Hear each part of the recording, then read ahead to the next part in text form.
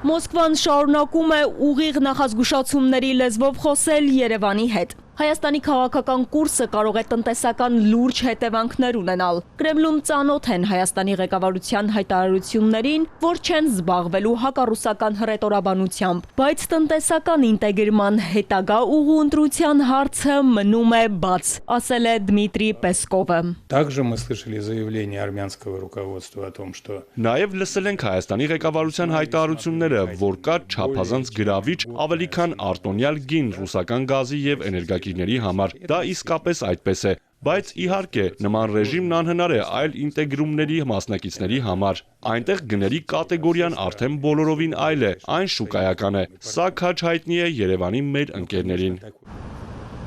Կրեմլը հիշեցնում է, որ Հայաստանի հետ ամենազարգացած ինտեգրացիոն գործընթացներից մեկում են ԵԱՏՄ-ում, որի առաջիկա նիստը Փաշինյանը բաց կթողնի։ Ակնկալում են, որ հայկական կողմը կմասնակցի այդ շատ կարևոր հանդիպմանը, շարունակելով անդամակցությունը ԵԱՏՄ-ին։ мы продолжаем диалог. Մենք շարունակում ենք երկխոսությունը։ Գիտենք, որ Հայաստանում կան քաղաքական ուժեր, որոնք զարգացման ռուսական վեկտորի, Ռուսաստանի մասնակցությամբ ինտեգրացիոն գործընթացներին հետագա եւ խորացված մասնակցության լիակատար կողմնակիցներն են։ Անխոս մեզ դուր է գալիս նման մոտեցումը։ Մենք դա չենք թաքցնում, բայց իհարկե մենք մնում ենք երկխոսության մեջ հայաստանցի մեր ընկերների հետ եւ կշարունակենք դա անել նաեւ ապագայում։ Առավել կոշտ հայտարարություններով է հանդես գալիս Դմիտրի Մեդվեդևը, պնդելով, որ Փաշինյանի քաղաքականության հետևանքով Հայաստանը կարող է կորցնել ռուսական շուկան, ԵԱՏՄ-ն ու տարիներով ձևավորված տնտեսական կապերը։ Երևանը կարող է ստիպված լինել ռուսական գազը գնել եվրոպական գներով։ Մենք պետք է հարցնենք Հայաստանի քաղաքացիներին, նրանք պատրաստ են այդպիսի գնի։ Ռուսաստանի անվտանգության խորհրդի փոխնախագահն ասում է, որ Փաշինյանը Ռուսաստանի հետ հարաբերությունների խզման ուղի է ընտրել։ Երևանը հակադարձում է։ Ռուս պաշտոնյայի տեղեկությունները սխալ են։ Հայաստանը ոչ թե հարաբերությունները խզելու, այլ Ռուսաստանի հետ բնականon կապերը պահպանելու եւ դրանք զարգացնելու տրամադրվածություն ունի։ Ես չգիտեմ մեր ռուսաստանցի գործընկերների անհանգստությունները իրենք ոնց են հանգում այդ անհանգստություններին եւ ինչ տրամաբանությամբ են առաջնորդվում որպեսզի այդպիսի եզրահանգումներ անեն մենք մեր կողմից բազմիցս վստահեցրել ենք եւ դա իրականություն է եւ հենց հիմա էլ վստահեցնում եմ մեր որևէ հարաբերություն որևէ երկրի հետ ուղղված չէ որևէ այլ երրորդ երկրի դեմ Հայտարարությունները ռուսական կողմի գործողություններին զուգահեռ են։ Ռուսաստանը խստացրել է առևտրային վերահսկողությունը հայկական արտադրանքի նկատմամբ։ Հանքային ջուր, ծաղիկներ, գյուղմթերք, Մոսկվան սա բացատրում է սանիտարական ու տեխնիկական պահանջներով։ Հիմա մենք ինչ ենք առնվազն լսում համապատասխան այդ վերաբերելի ռուսական ուրեմն գործակալություններից, հա։ Ասում են, այսինչ ապրանքը չի համապատասխանում, այսինչ բաղադրությանը, լաբորատորիա փորձաքննություն են անում Երբեմն պարզվում է, որ այդ ենթադրությունը ճիշտ չի եւ ապրանքը կարող անցնել, երբեմն պարզվում է, որ ճիշտ է, ձեր համար գաղտնիք է, որ կարա լինի հայաստանյան արտադրության տասնյակ որակյալ ապրանքների կողքին մի բան, որը որ ընդհանրապես չի համապատասխանում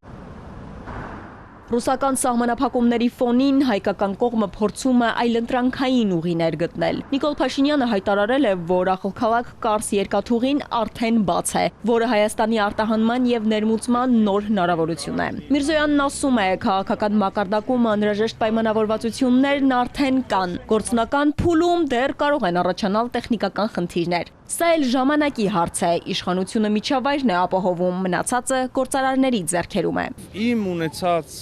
սահմանափակ տնտեսագիտական գիտելիքներով կարող եմ ասել, որ որպես կանոն երկաթուղով փոխադրում ավելի Ա արագ է եւ Բ ավելի էժան։ Անգամներով, հակառակ դեպքում ամբողջ աշխարհը չէր վազի նոր երկաթուղային հանգույցներ եւ ենթակառուցվածքներ ստեղծելու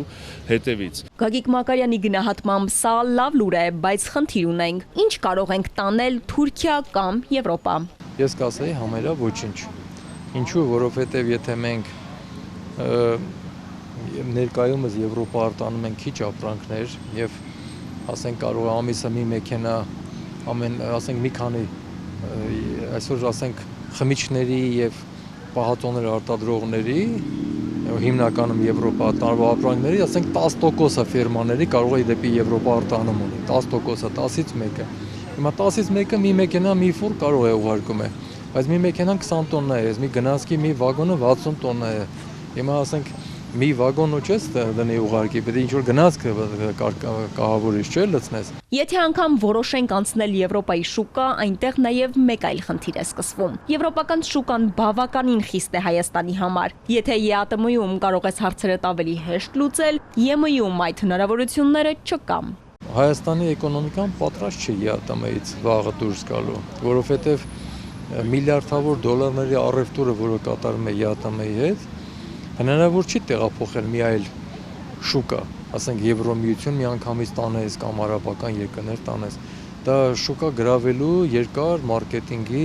եւ լոգիստիկաների խնդիր է եւ ամենակարևորը հայկական ապրանքները պետք է լինեն մրցունակ։ Օրինակ,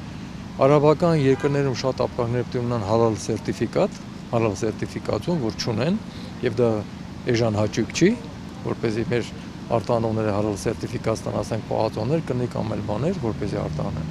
Իսկ Եվրոպայի համար էլ պահանջվում են ոչ միայն որակը եւ այդ սերտիֆիկատները, այլ նաեւ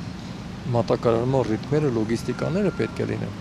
Ախալքալաք կարս երկաթուղին թեև ներկայացվում է որպես տարածաշրջանային խոշոր նախագիծ, կան գնահատականներ, որ գործնականում այն ունի մի շարք սահմանափակումներ, որոնք զգալիորեն նվազեցնում են դրա արդյունավետությունը։ Առաջինը տեխնիկական անհամատեղելիությունն է, Վրաստանի 1520 մմ լայնությամբ եւ Թուրքիայի եվրոպական ստանդարտների միջև եղած տարբերությունը ստիպում է ախալքալաքում բեռնափոխադրումների ժամանակ փոխել վագոնները, ինչը դանդաղեցնում է եւ թանկացնում է գործընթացը։ Բացի այդ, երթուղին ունի համեմատաբար ցածր թողունակություն եւ բեռնափոխադրման ծավալներ։ Եվ վերջապես հարց է առաջանում, եթե այդքան փրկիչ է Կարս ախալքալակ երկաթուղին, ինչու դրանից չեն օգտվում ախալքալաքի կամ Նինոց Մինդայի բնակիչները։